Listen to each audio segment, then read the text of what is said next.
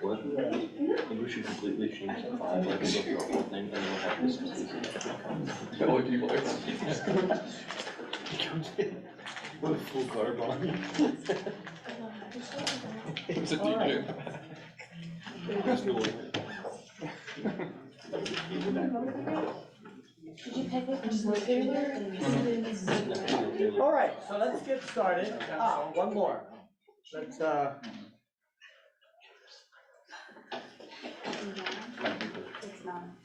You said me the piano yet.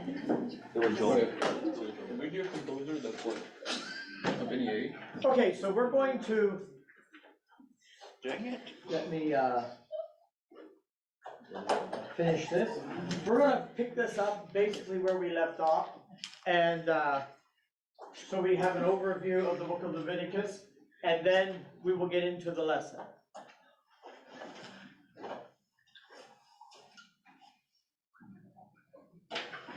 Chapters 11 through 15 are about the ritual purity required of all the Israelites, and chapters 18 through 20 are about the moral purity of the people. Here's what's underneath all of this purity and impurity.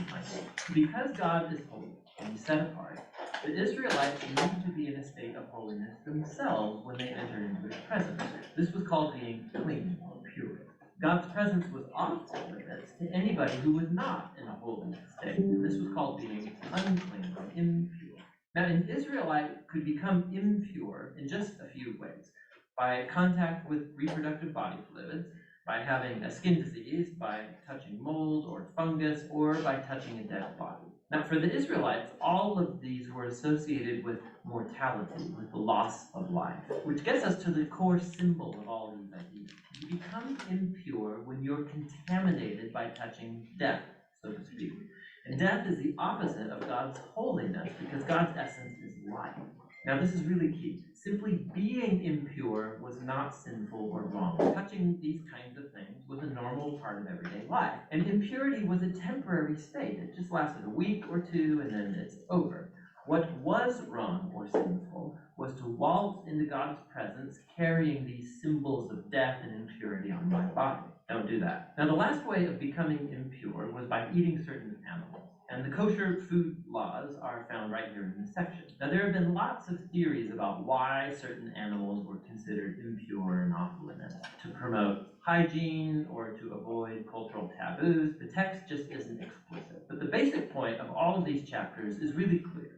All together, these work as an elaborate set of cultural symbols that remind Israel that God's holiness was to affect all areas of their lives. This corresponding section over here is about Israel's moral purity. The Israelites were called to live differently than the Canaanites. They were to care for the poor instead of overlooking them. They were to have a high level of sexual integrity, and they were to promote justice throughout their entire land. Now, here at the center of the book, we find a long description of one of Israel's annual feasts, the Day of Atonement. Odds are that not every Israelite's sin and rebellion would be covered through the individual sacrifices. And so once a year, the high priest would take 2 goats. One of these would become a purification offering and atone for the sins of the people. And the other was called the scapegoat. The priest would confess the sins of Israel and symbolically place them on this goat, and then it would be cast out into the wilderness. Again, this is a very powerful image of God's desire to remove sin and its consequences from His people, so that God can live with them in peace. The book concludes with Moses calling Israel to be faithful to all of the terms of the covenant. And he describes the blessings of peace and abundance that will result if Israel obeys all of these laws. He also warns them that if they're unfaithful and dishonor God's holiness, it will result in disaster and ultimately exile from the land promised to Abraham. Now, if you want to see how Leviticus fits into the big storyline, it's helpful to look at the first sentence of the next book of the Bible, Numbers. It begins, "The Lord spoke to Moses in the tent." So we can see that Moses is now able to enter God's presence on behalf of Israel. The book of Leviticus, it worked. So despite Israel's failure, God has provided a way for their sins Oh yeah, let's go. so that God can live with sinful people in peace. that's what the book of Leviticus is all about. That was So- exciting. There we go. Now, the book of Leviticus, as we mentioned, this book informs us how to live in relationship with a holy God.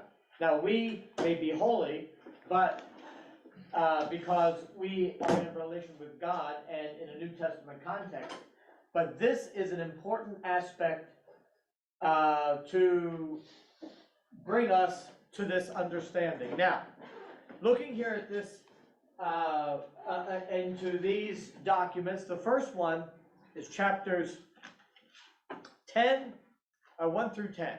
And I'll open to the beginning part of the book of Leviticus 2. And we will begin looking at this together. So, now, the sacrificial system, which is laid out here, briefly described in the lesson that we talked about with the tabernacle, but here is described significantly. The basic word for offering, is derived from the verb to bring near. So the goal of the sacrifices is to provide some way for the Israeli citizens who were not in relationship with God, or at least not holy, not purified, to be able to come into a relationship with God. And these sacrifices create that bridge. The sacrifices were offered by sinful worshipers to achieve reconciliation with the holy God. And when we look later on into the New Testament, especially with the book of Hebrews, it applies the sacrificial system to life of Israel and the work of Christ for the church, and also the priesthood as well. So that Christ will take on the role of the high priest and the role of the sacrifice simultaneously, and serves in both capacities, and does so in a way better than both the high priest here and the sacrifice could achieve. So it becomes a dual betterness. But one thing, when you read through the book of Hebrews, it is good to have your book of Leviticus and other places in the Old Testament there with you. Because there's going to be lots and lots of references that will go back into this particular place of thinking. Now, general procedures for the sacrificial system. In the beginning, we recognize an animal had to be a healthy specimen free of any defect. So you had to bring a perfect animal, not some kind of lame, disease-ridden, cripple animal. It has to be a perfect one, something of value. So if your animal was not, now I suppose, when we look at some of these sacrifices, the fellowship offering or some of those, you could bring any old animal. So if you're going to have your friends over to have a cookout and you're going to turn it into a sacrifice and say, come celebrate with me because the Lord has answered my prayer, then you could sacrifice some lame, disease-ridden animal if you really don't mind feeding your friends meat from a diseased, crippled animal. But this would be a sacrifice in which you were outlining your relationship with God. In one sense, symbolizing Jesus. They wouldn't have known that concept. But looking back, you can say, this is symbolizing Jesus' role, and therefore it must be the best you have. And often, there seems to be, especially for Passover lamb or something of that nature, you would raise a special animal for that purpose and take extra care in doing so. Now, next, the person brings the offering, would place his hand on the head of the animal that was dying in his place, and when you're looking at the pictures in the other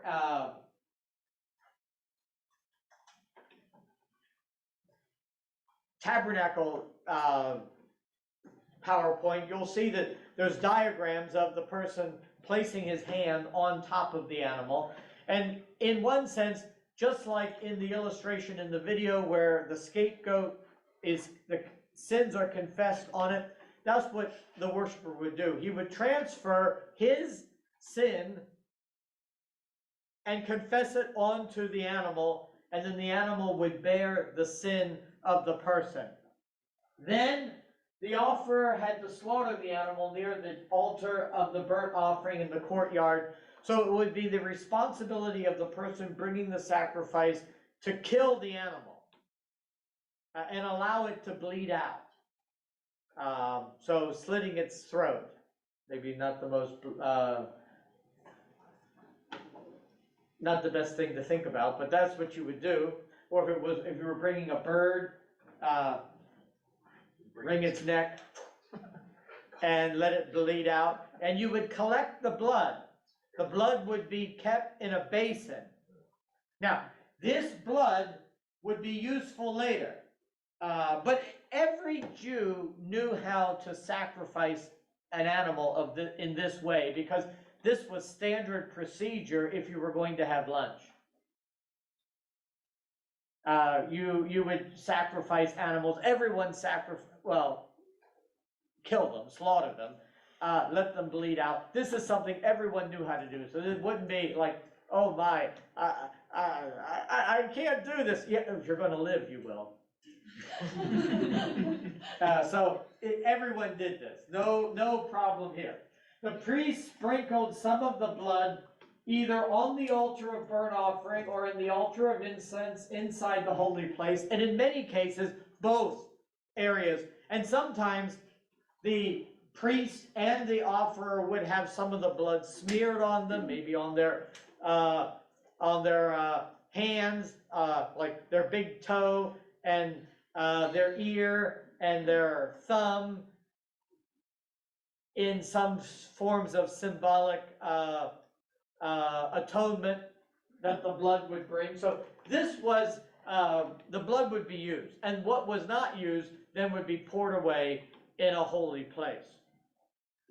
Then, depending on the kind of sacrifice, the priest would burn part or all of the animal, but the fat was always burned. That was the Lord's portion.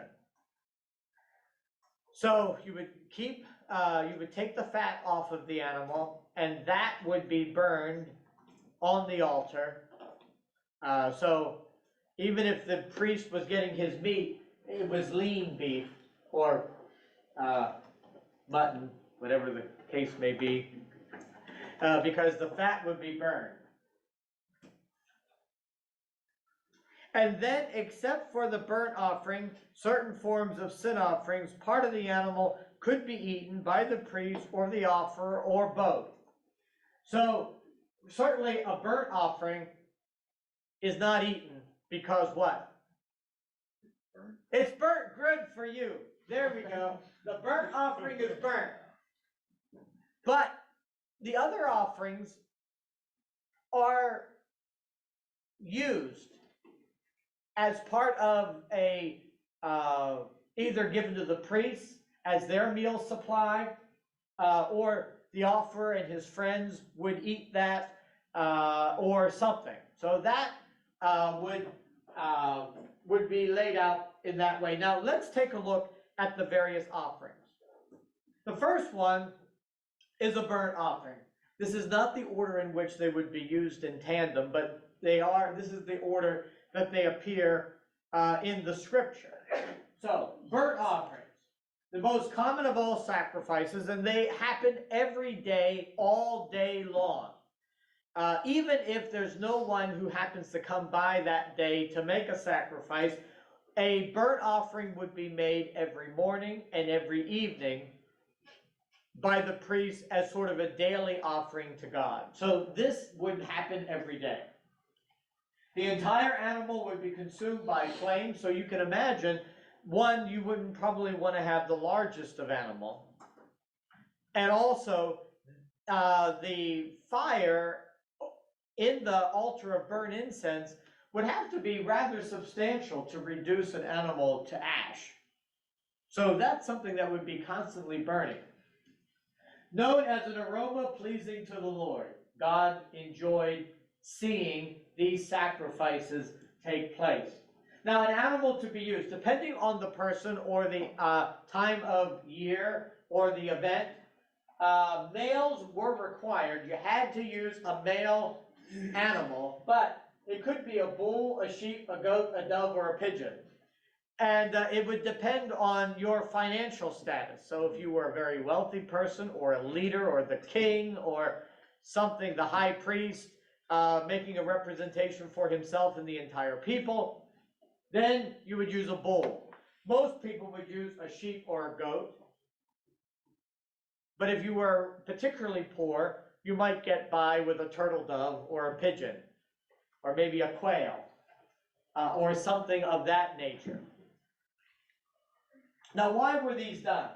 To make atonement for sin in general, and that's why this would be done every day. As a way of, just like we expect that we get grace as a general dispensation from God every day that takes care of incidental issues. It's a little more complicated than that, but theologically, there is grace that is applied to our lives that allows us to live in dynamic victory with God, even though there are things that are true about us that make us less perfect than God is on a regular basis. And therefore, we need grace in order to avoid damnation simply for being human. This is basically the concept of why there was grace shed abroad over Israel, because there were sacrifices being made every day. Now, if you did something particularly bad that you are personally responsible for, at some level you would have to do this yourself. So you make general atonement is made every day by the priest. But in expression of the worshiper's devotion and commitment to the Lord, this was done for the individual worshiper to express their own personal regret for their own actions. Now, place in every worshiping community, every morning and evening a lamb was sacrificed, and the fire on the altar was never to go out. That fire was started by God when they had the ceremony dedicating the original tabernacle. And even when they're carrying it from place to place, you got the priest there carrying, it's on fire even while they're moving it. So they got to make sure that it doesn't go out. Every Sabbath and new moon, and at special celebrations and annual feasts, there would be additional burnt offerings, sometimes more than one, because on an every day you have one. So on Sabbath day and various other days, you're going to have extra ones. And then it is often combined, especially when it's done for an individual, with a fellowship offering, a grain offering, drink offerings, and sin offerings, although I don't have that listed there. Sin offerings as well. Now, the next offering that is mentioned in Scripture are grain offerings. And as you might admit, or take from this, a grain offering is an offering of what? Grain. Actually, some kind of baked, like cornbread. Something of that nature. Bread, not necessarily just a bunch of sheaves of wheat, but it's something that you make. And this is also important because usually presented in conjunction with a burnt offering and fellowship offering, yeast and honey was excluded from offerings except when offered to the Lord as an offering of first fruits. So when you made your bread, whatever it happens to be, it wouldn't be cornbread, but it might be some sort of oat or barley bread or wheat, but definitely rye oats, barley, they certainly use those. Make a bread out of that.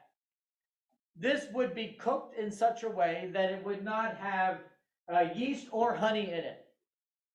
Now, as an offering of first fruits at that particular festival, then you could put yeast and honey in the bread. So interestingly, a slight variation there. Made of fine flour. It doesn't really designate what kind of flour, but made of fine flour mixed with olive oil and incense. And basically the various formula that is used in Orthodox churches even to this day for their bread that they have for communion. And I think it's very good. I enjoy eating it myself. Much better than those little pellets we get sometimes in our worship at communion. That I think will still be there a century from now and not spoil. It's true. I don't know how that inspires us to feast on Jesus, let me tell you. When you get one of those little pellets handed to you, I'm not impressed. How long do you think the grape juice lasts? Well, in those little containers, I think that's gonna last through the millennium too. So we should have something that enlivens us. But anyway,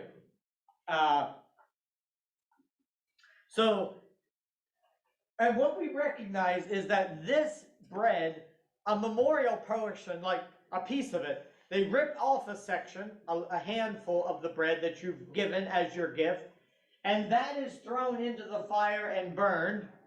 But the rest of it will be eaten, either with the fellowship offering or given to the priests as part of their faculty and staff pantry items. Just like the Mr. Clean action. Yeah, whatever, that's where it goes.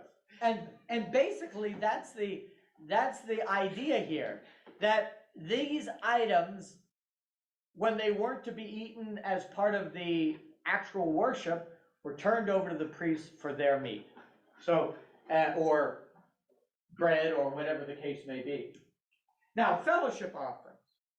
Fellowship offerings come in various types. They're the most joyful and flexible of them. Built in the term shalom, meaning wholeness or well-being. This celebration is a celebration of wholeness and wellness and satisfaction, a testimony to the blessing of God, and it's a time of rejoicing. It emphasizes communion and fellowship of the offerer and his family with the priests of the Lord, and at times with his fellow man. We can look at it as an expression of praise for God, for his goodness, and for answered prayers. God has been good to them. And there are 3 different kinds of fellowship offerings. Here are the 3 kinds. Thanksgiving offerings. A Thanksgiving offering, the offerer and his friends could eat part of the animal, and part of it would be given to the priest. Perfect male, cow, sheep, or goat. So you can use a male or a female, but this one still has to be a perfect one. And it's being done because you're expressing thanks for a particular blessing that comes from God. God has done something to honor you, answered a prayer, provided you with some kind of resource, and you're particularly thankful, so you're going to go and express your thanks to God. And this must come from a pure heart and pure motive, so the animal must reflect that. Now, this is completely up to you. You're not required to do this. So you don't want to express your thanks in this way, you don't have to, but this would be one way of going about it. Another thing is votive offering. Same requirements. Offer and friends could eat part or all of the animal. Perfect male or female cow, sheep or goat. And in this case, you're expressing thanks for an answered prayer or vow. So you have fulfilled a vow that you made before God. And out of celebration for that, you are now going to acknowledge that you have fulfilled your vow before God, and everything is wonderful and right with the world, and you are now going to go make this sacrifice. Now, I love the fact that God threw in this last category, the free will offering. This means just because you want to, for any reason at all. You don't need a reason. And in this case, you can bring any old animal you wish. Want to get rid of your diseased, crippled animal? Go have a party at the tabernacle. Oh, yeah. Invite your friends over. Turn up the music. Yeah, just have a happy time. Now, what this means though is that you're really under no obligation to do this. You're not saying God has blessed me. You're not saying God has answered my prayer. You're not saying I had an obligation to God and I made this vow and now I've fulfilled it, and out of recognition of that, I am going to make an offering and we're going to have a celebration of that. We're just doing it because we're excited to be Israelites, or whatever the case may be. I just feel like doing this. Express one's love for God. And more than likely, you would not use the very worst animal you have, but an animal that's good enough could be used. And you would just, no one would say, that's not the nicest animal you've got. Don't show up for the party then. If you're not happy, have your own party. But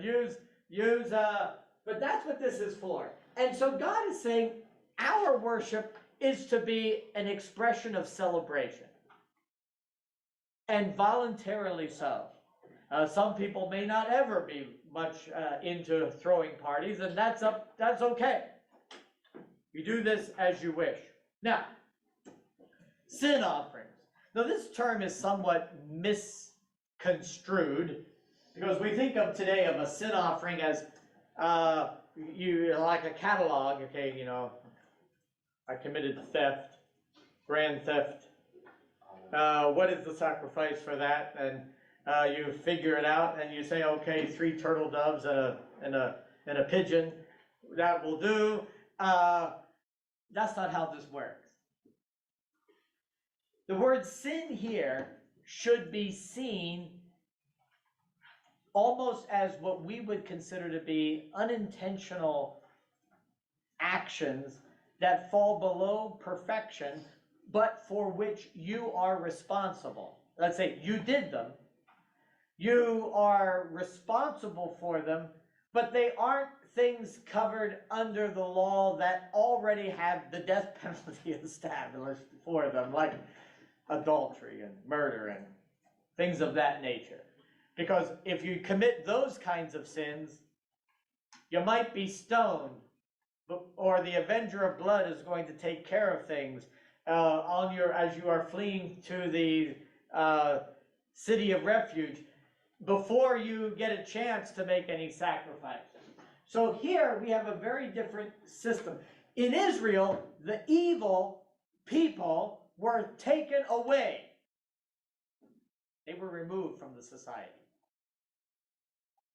And so Israel was to be a symbol of the sanctified life. And so in one sense, these sins, these sacrifices were things that you did and you were responsible for them, but they were, and they are sin in the proper tense of the word, but they are things for which you were not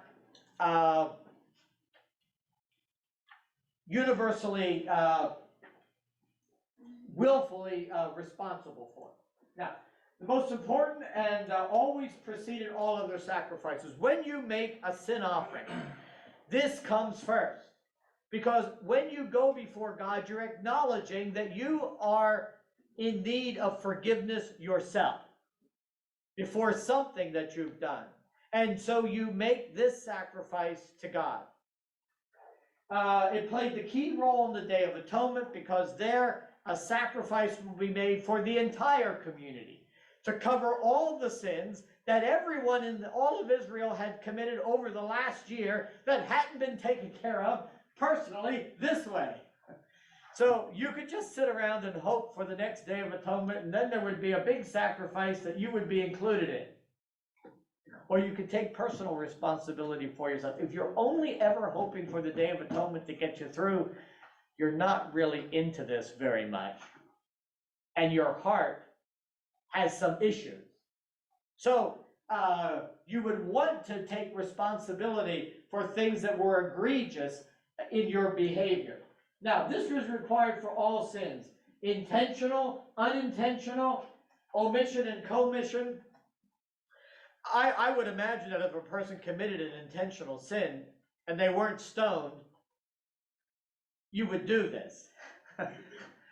But on the other hand, unintentional sins, things that were both committed and failed to do that you should have done, all of that fits under this category. When you do this, if it's for the priest or the whole community, a bull is used, a large cow. Now, that would be very expensive. The average person would not be bringing a cow. Cows didn't exist much in this part of the world anyway, because they require an awful lot of grain to survive. So, yeah. So this is an expensive undertaking. A leader might use a male goat. An ordinary citizen could use a female lamb or goat or 2 doves and pigeons. So the average person would bring female lambs or pigeons or goats for pigeons or doves for this purpose. And the fat was burned, but the rest of the animal would be eaten by the priest and his sons. The sin offerings were eaten by the priests. This is where they got their meat, from the sin offerings that were performed. And there wouldn't be, I don't think there would be a big line, every morning. Oh, there's a big line of sin offerings today.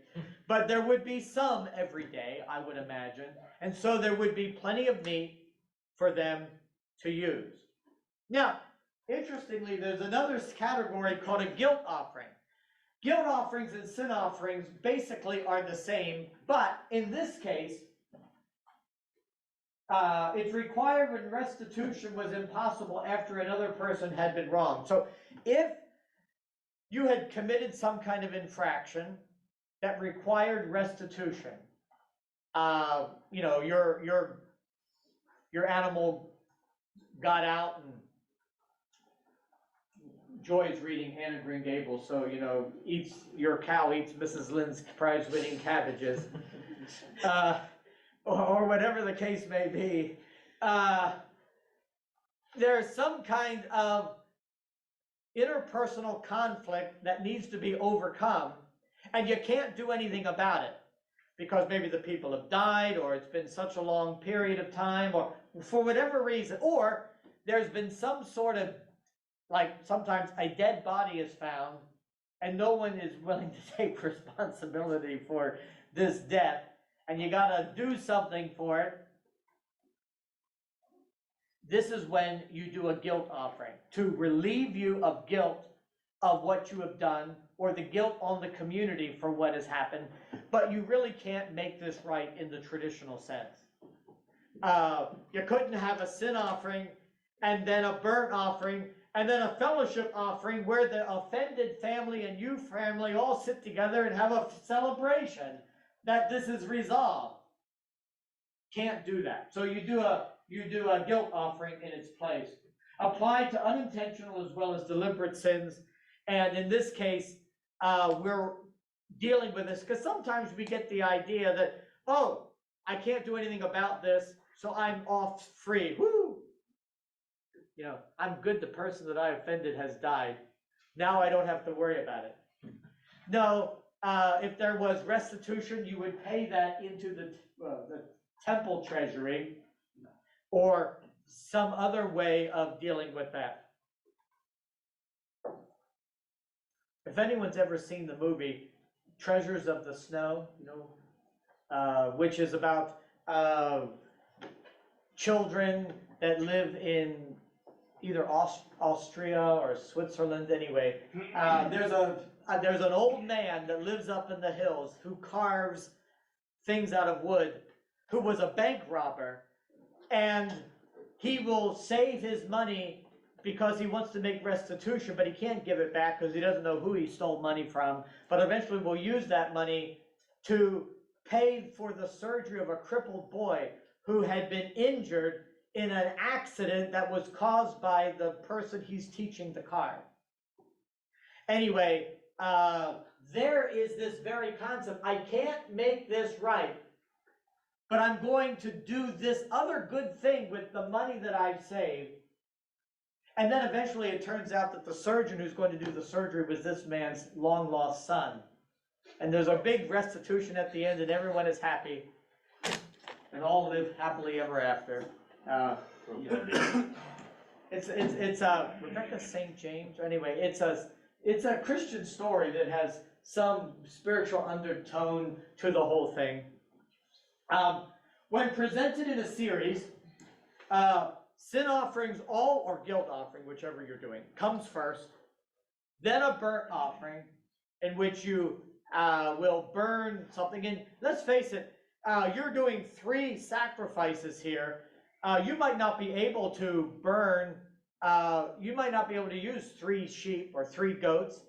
I could easily see where you would bring a larger animal to supply the priest with food for the sin offering, use a pigeon or a dove for the burnt offering, and then if you're going to have some sort of fellowship offering afterward, have another larger animal that you would be able to eat. Burn and fellowship offerings are accompanied by grain and drink offerings that would also supplement what is being presented there and part of the festive atmosphere. The theological rationale: confession of sin precedes the consecration of the worshiper. When we come before God, we confess that we're sinners and ask for forgiveness as a sin offering. Then we submit ourselves fully to God in entire consecration, entire sanctification, and then we have the ability to celebrate a restored relationship with God at the end.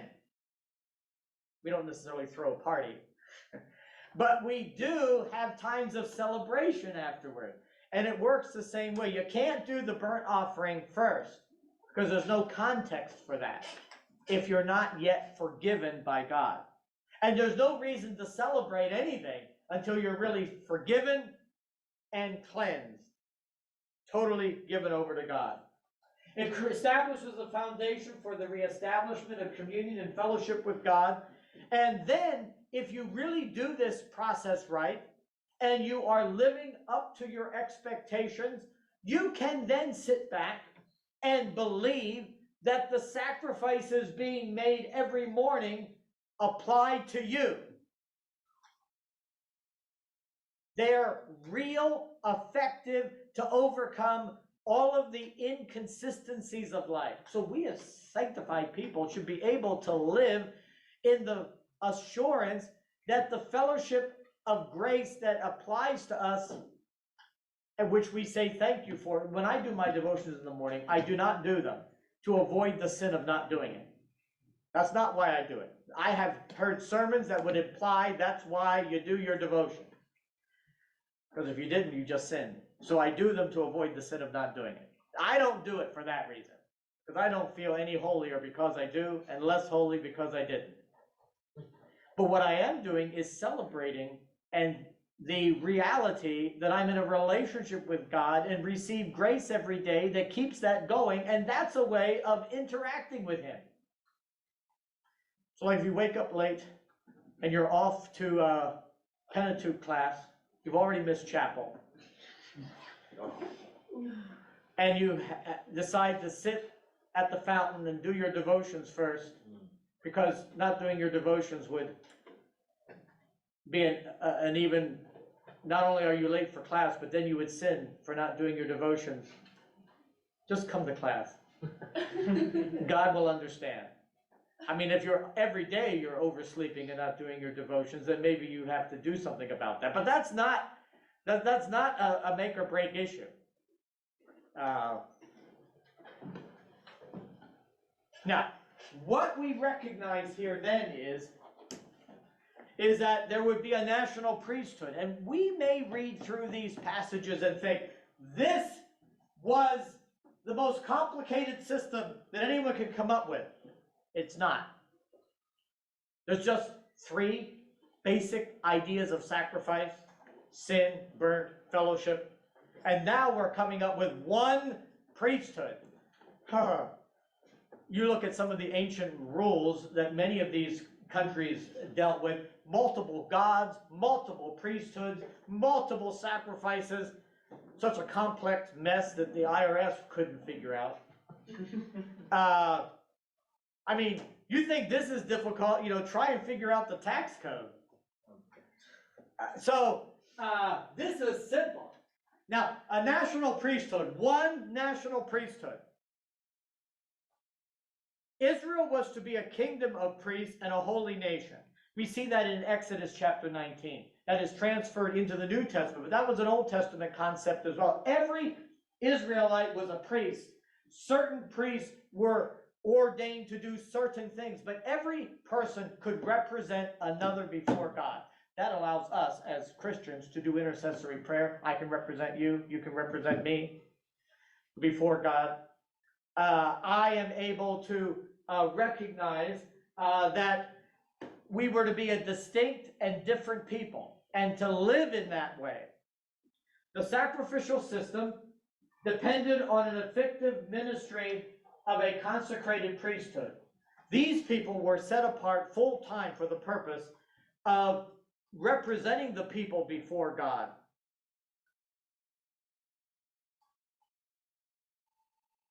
Set apart to approach God through higher levels of purity and ceremonial cleanliness. Now this is where, like, the Catholic Church today would get the idea, and maybe Anglicans and maybe some other churches would too, that ministers are more holy than non-ministers. The priests are more holy than because they are ecclesiastically separated for a particular purpose. And a bishop or the archbishop, the pope, whatever, is the most holy man that ecclesiastically on earth. And the average person, they're not very holy at all. And so there are certain things that priests can't do, and one of the things they have decided is not having, being celibate. But this is definitely an Old Testament idea. The priests were more holy than you, if you weren't one.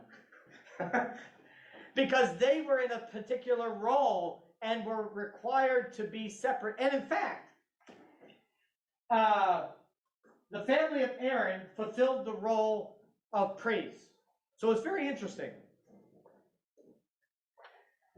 In order to be, when you think of the Levites, now there were lots and lots of Levites, but only certain Levites were priests. They were direct descendants of Aaron. Now they could be direct descendants of Aaron's sons that were killed. If they are wives, if they had any children already, they would eventually grow up and have descendants. Otherwise, it's the next 2 sons and their children. In order to be a priest, you had to be a descendant of Aaron. If you were a descendant of Levi and not a descendant of Aaron, then you would still have duties in the responsibilities as a part of the temple procedure, carrying the temple furniture hither and yon, or doing whatever else needs to be done, all kinds of things that need to be done. But they wouldn't be the ministering priests. There were only a few of them. And then the high priest would be the most senior man in Aaron's descendants, who was still capable of working. And so there would be age requirements and disability issues, but the most senior one is the high priest. And if you wanted to become high priest, You had to be married. You had to, once you became high priest, you could never become unclean for any reason. Not for, you had to be very careful with your sexual relationship with your wife, and that it didn't deal with things in the wrong way, and the eating of foods, and the touching of dead bodies, not for your mother or father or anyone. You couldn't do it. Hopefully you had brothers and sisters who could take care of your responsibilities. If mom died, someone else would have to do that. Your wife would have to take care of it. Someone else would have to take care of it, but not you. You couldn't. These people were the only ones who could enter the holy place, sprinkle the blood of the sacrifices, and eat the meat that was holy to the Lord. Now, some of the meat also would be given to the Levites, but the priests would have their own special portions. Once again, we're going to take a look at the clothing. The high priest was a mediator between God and the nation. Only one who could enter the Holy of Holies, and this only one day a year, on the Day of Atonement. The ceremonial requirements could never become ceremonially unclean, as I mentioned, after they became high priests. Because they're the only connection between God and the people. And God, in this case, cannot have mercy. Remember when he makes the covenant with Abraham, he doesn't make Abraham walk through the dead animals. Because if he had, there'd be no mercy for you. If you weren't as perfect as I am, and God's pretty perfect in fulfilling his responsibilities. If you're not as perfect as I am, you're doomed. So God doesn't make Abraham do that. So he has flexibility on the part of Abraham, but he's held to a standard himself to fulfill his end of the bargain. There he builds mercy into the covenant. But here, there isn't any. Because there's going to be a symbolic presentation here. And you remember, the first time this is done, Aaron's sons are careless. You know, this is a little bit of a general principle that I see throughout Scripture, and this is a good example of it. Sin makes you dumb. And God cannot deal with that in a merciful way. Because if he would have said, oh, well, I understand how they are. They're a bunch of immature little boys. He would always get immature little boy behavior out of his priests. He can't do that. No, that's why you are strict at the beginning of the semester as the dorm supervisor. At least I used to be one. And then you set a standard, and then later on you can be merciful. But if you are lax at the beginning, you'll lose control of things, and nothing will ever get done. They won't listen to you later on when you try and lay down the law when it starts to get out of hand. So that is a benefit here. And then the wife had to be a virgin at marriage. So you had to be a virgin too. That was an expectation, but it doesn't actually say that. But your wife had to be a virgin. If not, you don't qualify. This would mean more than likely that you only have one wife, and that even if you were older and your wife died, you probably were not able to marry a widow or someone of that nature. You had to be married, but you also had to marry a virgin. No single high priest. So that was another interesting thing. Now, special clothing. Here's a picture of a high priest. The ephod, as we mentioned, is the linen cloth at the bottom. A linen apron made up of blue, purple, scarlet, and gold thread. So the ephod is here, then the apron, plus an undergarment of linen. Every priest wore that. So here we have the bells and the pomegranates, making the festive little sounds as you walk around your round in that. A turban with a gold crown inscribed with the words "Holy unto the Lord." The breastplate, attached to the ephod, a 9-inch square cloth with 12 precious stones representing the tribes of Israel. Contained the Urim and Thummim, meaning light and perfections used to determine the will of God, probably by spinning it in some way, and as we might throw dice to determine who's going to win, you know, as you're making your brackets for the basketball, because I can tell you, that's just as effective as just picking the names randomly. Pretty much. Or even if you think that Princeton isn't going to win. Yeah, you don't expect that. So, now, other priests.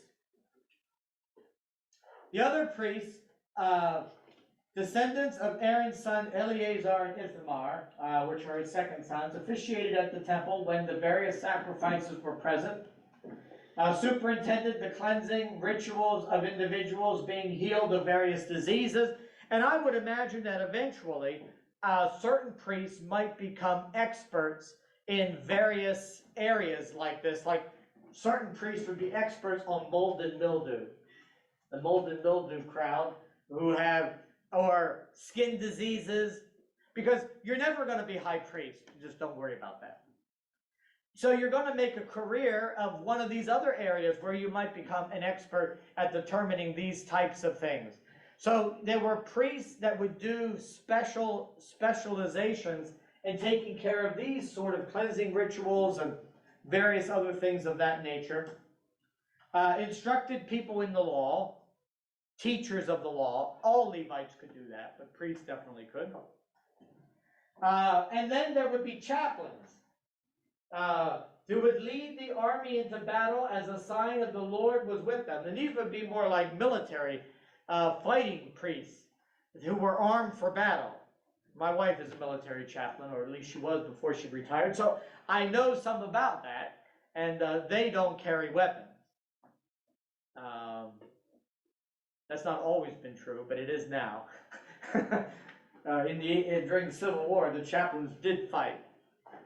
On occasion. But that's not the case now. But anyway, those people, those priests did fight. And so there would be a role for that, military priests. Then you have Levites. In Numbers chapter 3, we say that they are God's special servants. They're like lay employees of the church who were ministering but doing other things than official duties.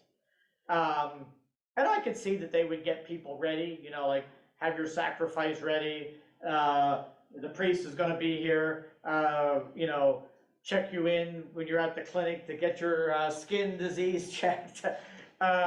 The priest is going to be in to observe you. You know, you only see the priest for 5 minutes, and he makes a determination and writes a prescription for the Levite to fill out.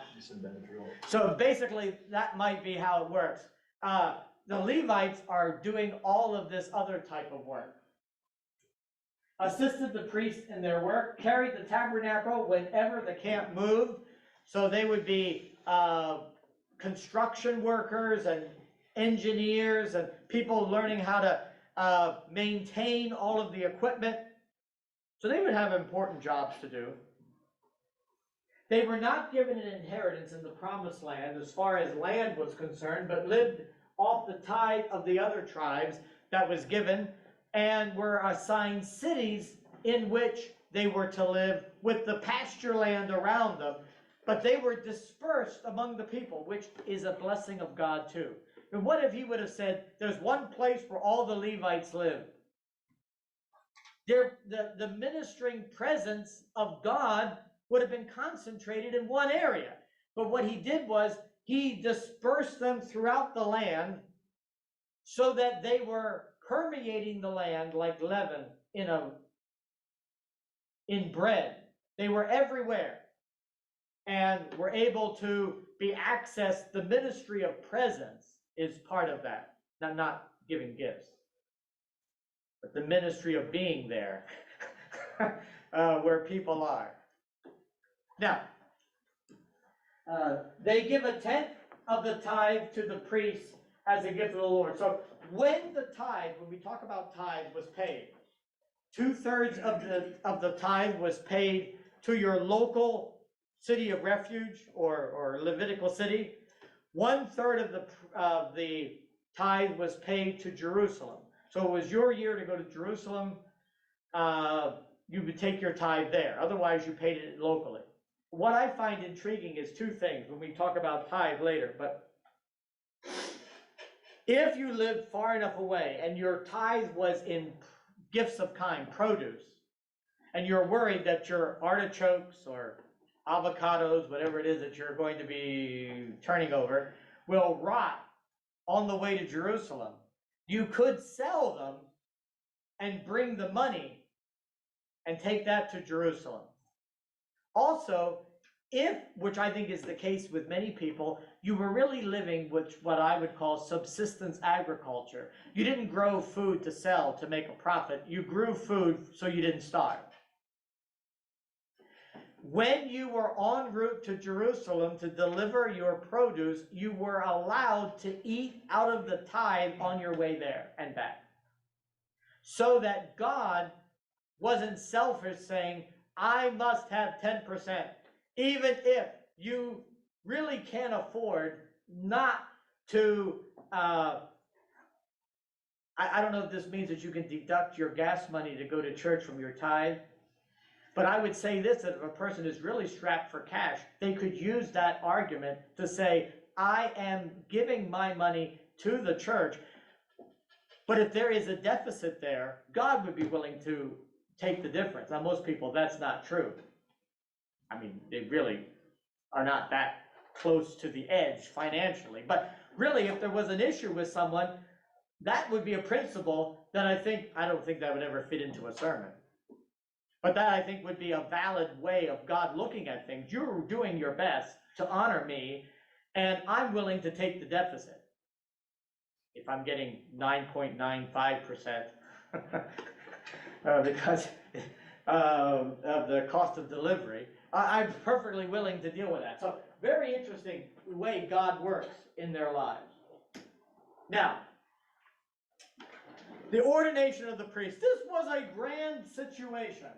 An impressive 7-day ceremony was used to ordain the priest. Aaron and his sons would be washed with water. Now this sounds like, okay, I take a bath every day or a shower, but they did not. Not only did people not bathe back then on a regular basis, but water was precious. And so to bathe in water was a big deal. So Aaron and his sons would be washed in water, and this was a symbol of a lot of things that they did. Now, often they would have what they called mikvahs that were ceremonial washing troughs that people would go into. And it was the same washing trough that every person who had been ceremonially clean since the last time it rained used. So you might be dirtier when you got out of it than when you went in, because the last 1,000 people who were ceremonially clean were using the same water. But at least you would be ceremonially clean, even if you weren't actually clean. But the world was a dirty place, so no big deal. Moses poured anointing oil on Aaron, enough that it would run down over his head and out over his beard and down, dripping onto the ground.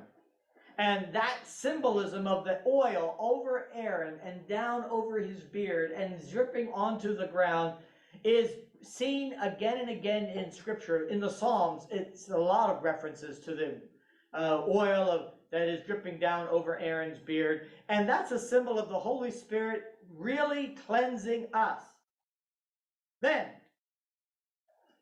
Moses offered a sin offering and a burnt offering for the priests. Before the priests were able to do it, a sacrifice had to be made by Moses, who seems to be a more direct representative of God even than the priest.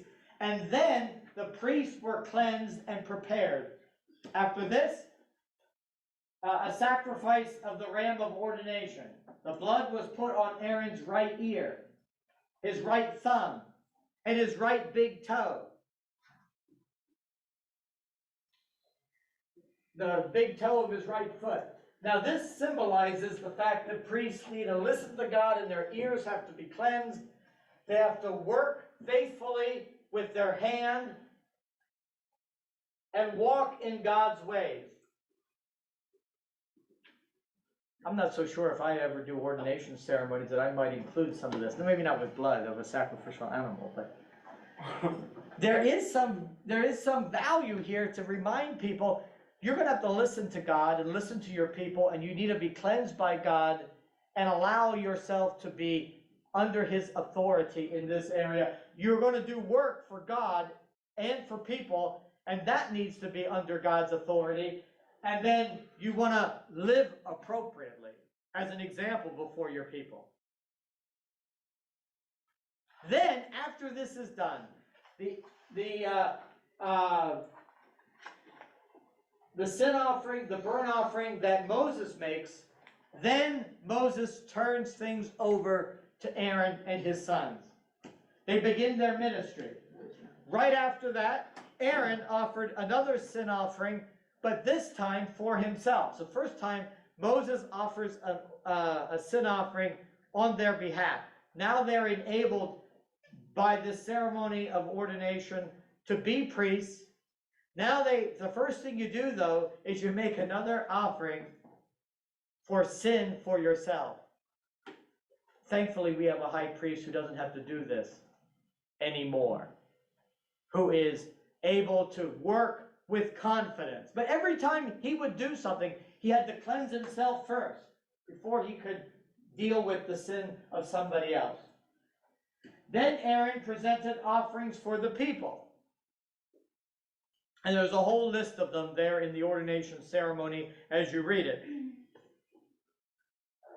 And then God demonstrated his acceptance, that he accepted the sacrifices and ministering priests by sending fire down from heaven and ignited the fire on the altar of burnt incense or of burnt offering. And then that fire was to be used in the ministering tabernacle on the altar of incense. And all those sacrifices that were made, the burnt offerings, were consumed by God. But all is not well. This is where a general principle is: sin makes you dumb. People just don't think. Sometimes they think they're smart and they're not. Like, who cares? What difference does it make? Or, I'm smart enough, I don't have to deal with this. This is silly. That's basically their attitude. Dad is really into this, but I didn't ask for this. Aaron didn't really ask for it either. Moses said he couldn't talk right, and so Dad got called in. Now we're saddled with this responsibility. It really doesn't matter. It's a childish, I don't care attitude that they are displaying. Aaron's two oldest sons offered God unauthorized incense. Fire that came from some other source, incense that was not approved by God. They go into the holy place, the first part of the tabernacle, and burn incense. It's like, who really cares? And this will be the same thing, like where, what difference does it make if I take this Roman garment or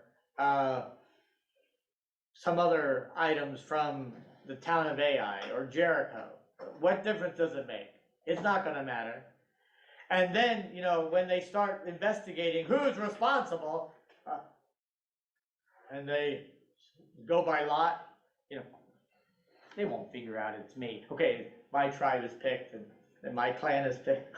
Why don't you just admit, it's me? But he doesn't. Ananias and Sapphira. Lots of people have lied about gifts to the church and they're not dropping over dead like flies. But they did. Because when God seems to take a stand at points where it makes a real difference for the future. And this is one of those examples. You had the fire came from the presence of the Lord and were killed. It appears as from the mercy seat, between the cherubims, fire shot through the veil and killed them, standing outside of the Holy of Holies. You would think, okay, at least I'm safe here because, I can't go in there or I'll die. But the curtain might have parted. Who knows what happened? But fire came through there and burned them up. They were killed. So this is the end of chapter 10. Next time when we get together, we will begin with impurities and so forth. I will send out a message on Populi, but be aware that classes will be at a different time next week, slightly because of convocation, and they'll be earlier in the day, a little bit, yeah. Can we do the song? I didn't bring it with me. That's too bad. Yeah, I was thinking about that. Yeah, I have a few minutes and I could even do it. But I will try and play it here at one point. And I'm feeling kind of bad about that myself because I've got a few minutes. Maybe what I'll do is I'll try and post it for you to listen to on the Populi website. If I can do that, you can